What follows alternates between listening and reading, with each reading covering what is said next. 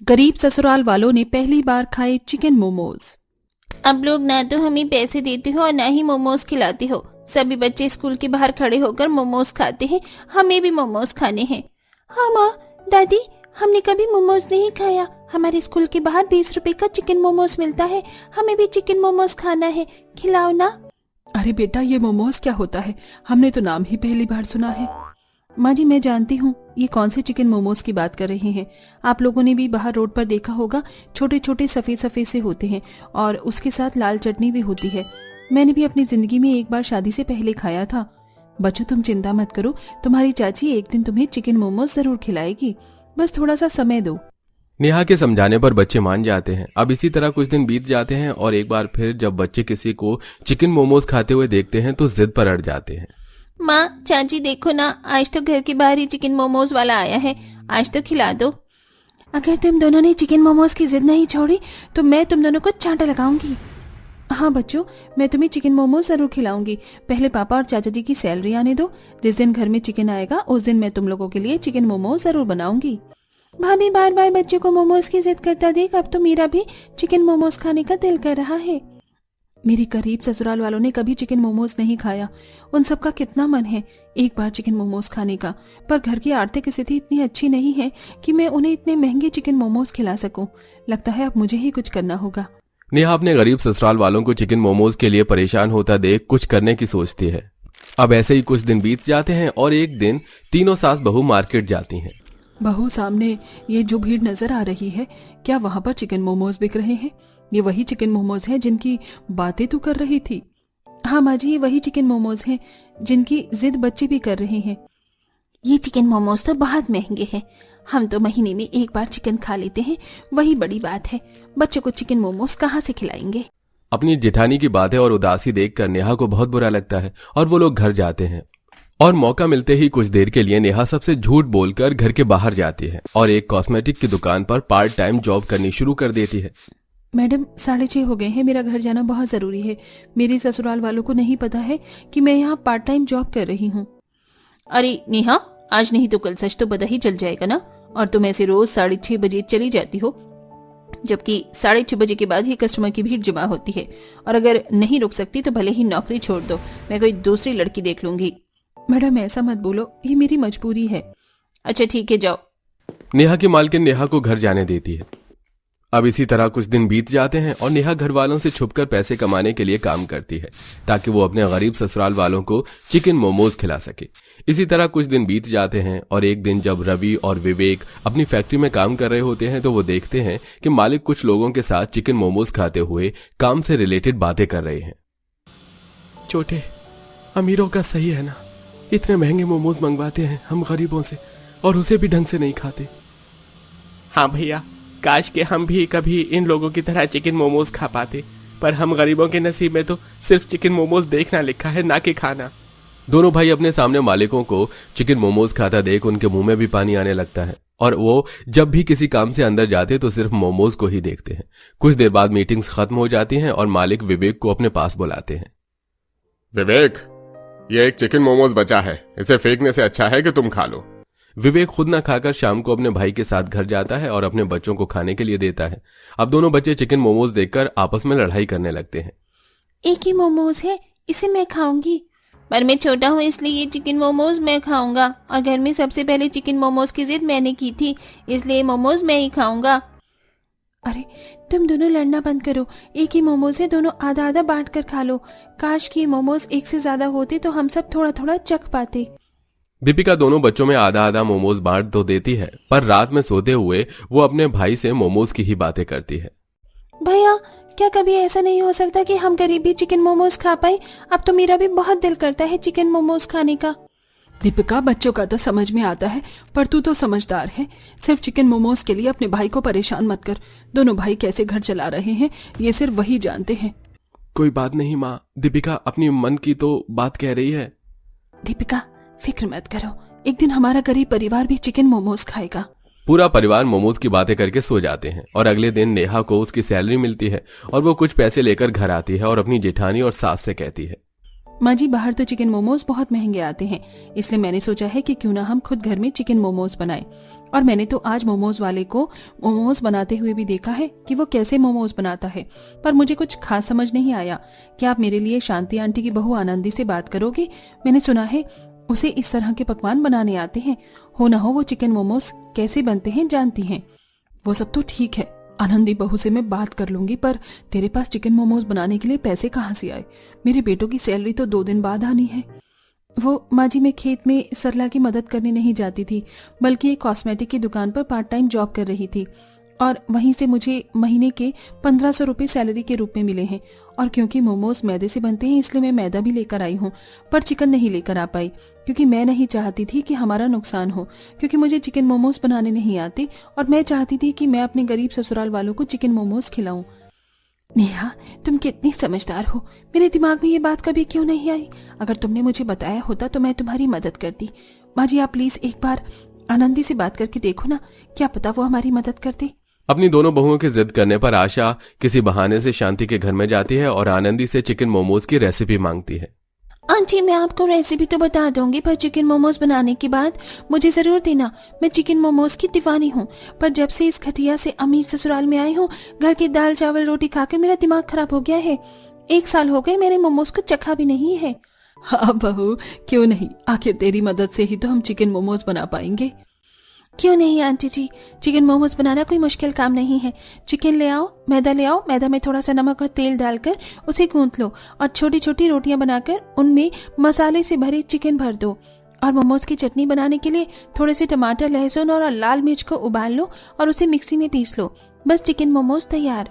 शोभा आनंदी से रेसिपी पूछकर अपनी बहू को बताती है, और 2 दिन बाद जब रवि और विवेक की सैलरी आ जाती है तो तीनों सास बहू बाजार से चिकन लेकर आती हैं और घर में चिकन मोमोज बनाने की कोशिश करती हैं, पर उनसे चिकन मोमोज बन नहीं पाते, क्योंकि उनके पास चटनी बनाने के लिए ना तो मिक्सी थी और ना ही मोमोज की स्टीम करने के लिए बर्तन।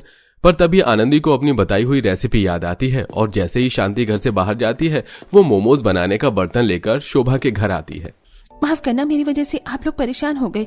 मैंने आपको मोमोज बनाने की रेसिपी तो बता दी, पर यह बताना तो भूल ही गई कि चटनी सिलबट्टे पर नहीं, मिक्सी में पीसी जाती है, और इन मोमोज को इस स्टीम बर्तन में स्टीम किया जाता है। हटिए, मैं आप लोगों को सिखाती हूँ मोमोज कैसे बनाए जाते हैं। इतना बोलकर आनंदी उनके सामने मिक्सी में मोमोज की चटनी बनाती है और छोटी छोटी मैदे की पूरियां बनाकर उनमें चिकन फिल करके स्टीम होने के लिए रखती है। कुछ देर बाद पूरा परिवार चिकन मोमोज खाता है। ये लीजिए, आपके गर्मा गर्म चिकन मोमोज तैयार हैं। ये चिकन मोमोज तो सच में बहुत लाजवाब बने हैं। आनंदी, तुम्हारा शुक्रिया, तुम्हारी वजह से हमारा गरीब ससुराल चिकन मोमोज खा पाएगा। शुक्रिया मेरा नहीं, नेहा का करो। अगर उसने चिकन मोमोज बनाने के लिए इतनी मेहनत न की होती तो ये चिकन मोमोज ना तो आज आपको मिलते और ना ही मुझे। वैसे भी 1 साल हो गया है मुझे चिकन मोमोज खाए हुए, आज तो पेट भर कर खाऊंगी। उस दिन न सिर्फ गरीब परिवार चिकन मोमोज खाता है, बल्कि आनंदी जो कि अमीर घर की बहू थी वो भी गरीबों के साथ बैठकर चिकन मोमोज खाती है। और उस दिन नेहा प्रीति को भी चिकन मोमोज बनाने आ जाते हैं, जिसके बाद वो महीने में 1 बार नॉनवेज की तरह चिकन मोमोज बनाकर खाने की कोशिश करती है। जब से बड़ी बहू की शादी हुई है उसने आज तक कुछ भी ढंग का बनाकर नहीं खिलाया। अरे अगर आप लोगों को मेरे खाने से इतनी ही प्रॉब्लम है तो अपने छोटे बेटे की शादी क्यों नहीं कर लेती? देवरानी को लेकर आ जाइए, वो बनाकर खिलाएगी आपको अच्छा अच्छा खाना। वैसे इसमें गलत तो कोई बात नहीं है। केशव की भी अब शादी की उम्र हो ही गई है। मेरी नजर में एक लड़की है, साधारण है, अच्छे परिवार से है, बोलो तो बात आगे बढ़ाऊं। अरे शुभ काम में देरी कैसी, ये भी कोई पूछने वाली बात है। आप बात चलाइए, बाकी केशव बेटा तुझे कोई दिक्कत तो नहीं है ना? मुझे कोई दिक्कत नहीं है, आप लोगों को जैसा ठीक लगे। 2 से 4 दिन बाद केशव को देखने लड़की वाले आते हैं और गायत्री का आलीशान घर देखकर लड़की वाले शादी के लिए हाँ कर देते हैं। मुझे आपका लड़का केशव बहुत पसंद है, आप जल्दी से शादी का कोई अच्छा सा मुहूर्त निकाल कर बता दीजिएगा। ठीक है सुमित्रा, मैं तुम्हें बता दूंगी, चलो अब मुंह मीठा करो। खुशी खुशी अब सुमित्रा अपनी बेटी कोमल की शादी की बात करके वहां से चली आती है। उसी रात गायत्री खाना खाते वक्त, अब देखना अब मेरी छोटी बहू आएगी ना, उससे अच्छे अच्छे पकवान बनाकर खाऊंगी। आज ये बोरिंग खाने का मेरा लास्ट दिन है। हाँ माँ, छोटी भाभी आएंगी तो उनके हाथ से ना हम बहुत सारे पकवान बनवाएंगे और खाएंगे। चलो बढ़िया है, कोई तो आ रहा है इस घर में जो ढंग का खाना बनाकर खिलाए। और खैर मैं तो जेठानी हूँ, मैं तो अच्छा खासा हुक्म जताऊंगी अपनी देवरानी के ऊपर। कोमल के आने से पहले उसके ससुराल वालों ने उसके लिए सारे काम सोच रखे थे। ऐसे ही कुछ समय बीतता है और पूरे विधि विधान के साथ कोमल और केशव की शादी हो जाती है। आ बहू, गृह प्रवेश कर, तेरा हमारे आलीशान घर में स्वागत है। कोमल गृह प्रवेश करके घर के अंदर आती है। इतना बड़ा घर देखकर कोमल, माँ ने तो बहुत ही आलीशान घर में मेरी शादी की है। यहाँ तो अच्छे खासे नौकर चाकर भी होंगे। लगता है मेरे अच्छे दिन शुरू हो गए हैं। किन ख्यालों में खो गई है बहू रानी, जा आराम कर ले, तू थक गई होगी। कल सुबह फिर जल्दी भी उठना है तुझे अपनी पहली रसोई के लिए। जी माँ जी। अगले दिन सुबह गायत्री कोमल के कमरे में जाकर, कोमल बहू रानी तैयार नहीं हुई क्या अभी तक? आज तेरी पहली रसोई है, चल कुछ खाने का बना ले। पर माँ जी, खाना तो नौकरानी बनाएगी ना। बहू, नौकरों को तो मैंने तेरे आने से पहले ही निकाल दिया था। वे लोग ठीक से काम नहीं करते थे, इसीलिए मैंने सबको निकाल दिया। चलो बहुत बातें हो गई, अब रसोई में जाकर अपनी पहली रसोई शुरू कर दो। इतनी सारी लोगों का खाना मैं अकेले कैसे बनाऊंगी? ये भगवान, ये मेरी सासू माँ ने नौकरों को क्यों निकाल दिया? चल बहू, क्या सोचने लगी? हाँ हाँ माँ जी, चलते हैं। कोमल अब घबराती हुई रसोई में आती है और अपनी पहली रसोई का खाना बनाना शुरू करती है कि तभी गायत्री कोमल से कहती है, देख बहू, औरों के किचन में बनता होगा पहली रसोई में खीर पूरी साधारण सा खाना, पर मैं ये साधारण से खाना से तेरी पहली रसोई नहीं करवाऊंगी। इसीलिए तू एक काम कर, अपने ससुर के लिए शाही पनीर, नंद के लिए दाल मखनी, पाव भाजी और अपनी जेठ जेठानी के लिए मलाई चाप और मिश्री रोटी बना ले। चल मैं जाती हूँ, तू अपनी पहली रसोई का खाना बना। गायत्री खानों का ऑर्डर देकर वहां से चली जाती है, जैसे मानो छोटी बहू की रसोई नहीं होटल हो।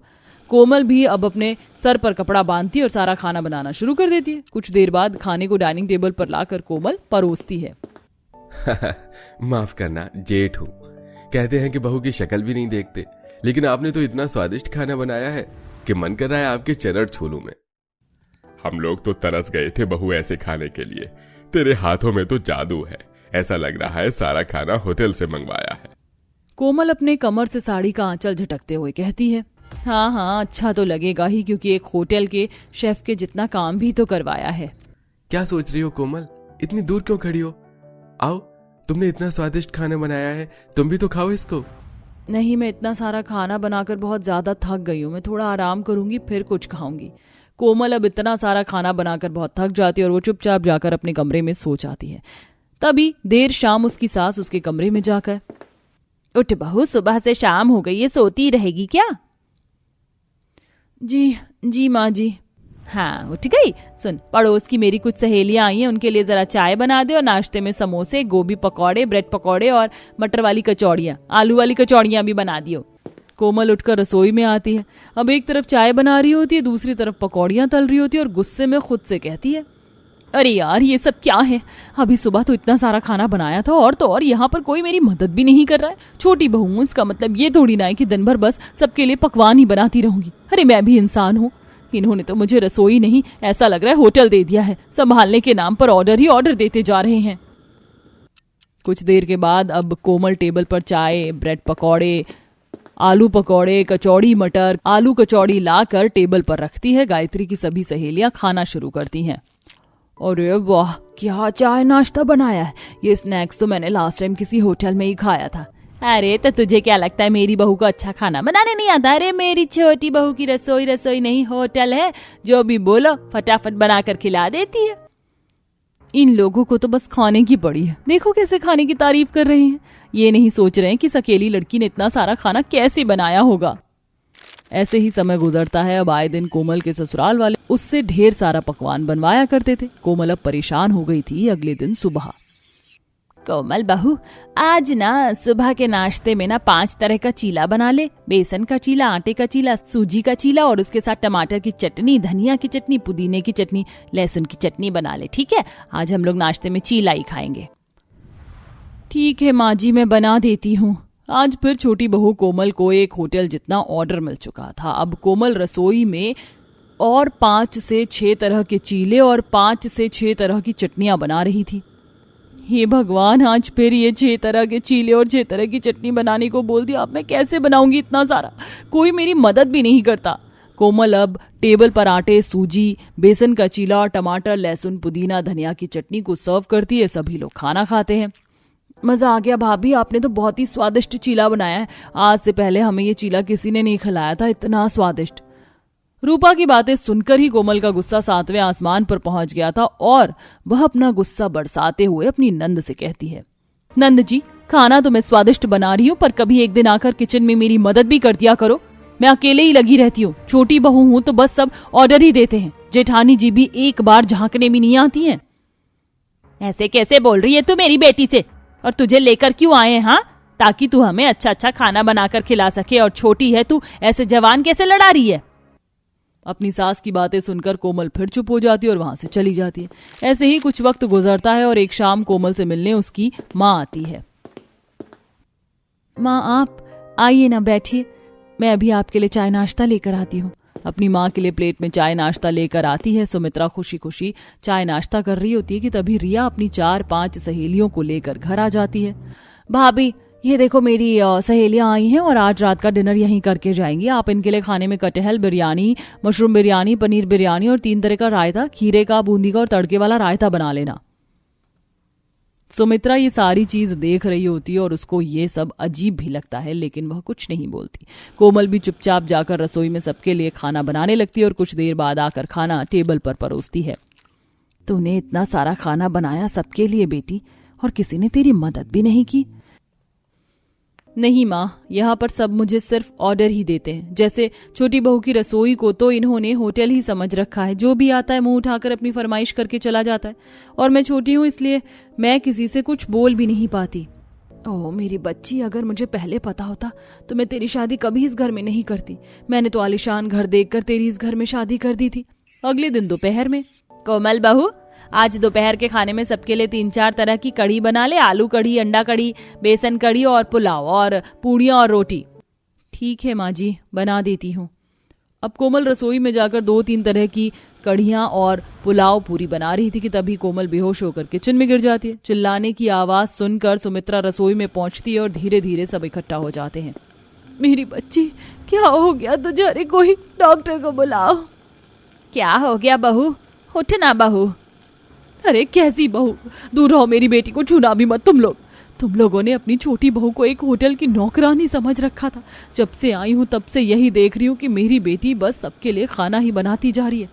मैं अपनी बेटी को यहाँ 1 सेकंड भी नहीं छोड़ूंगी। मैं इसको लेकर जा रही हूँ अपने साथ। गायत्री के 1000 बार माफी मांगने के बाद भी सुमित्रा अब अपनी बेटी को वहां से लेकर हमेशा के लिए चली जाती है।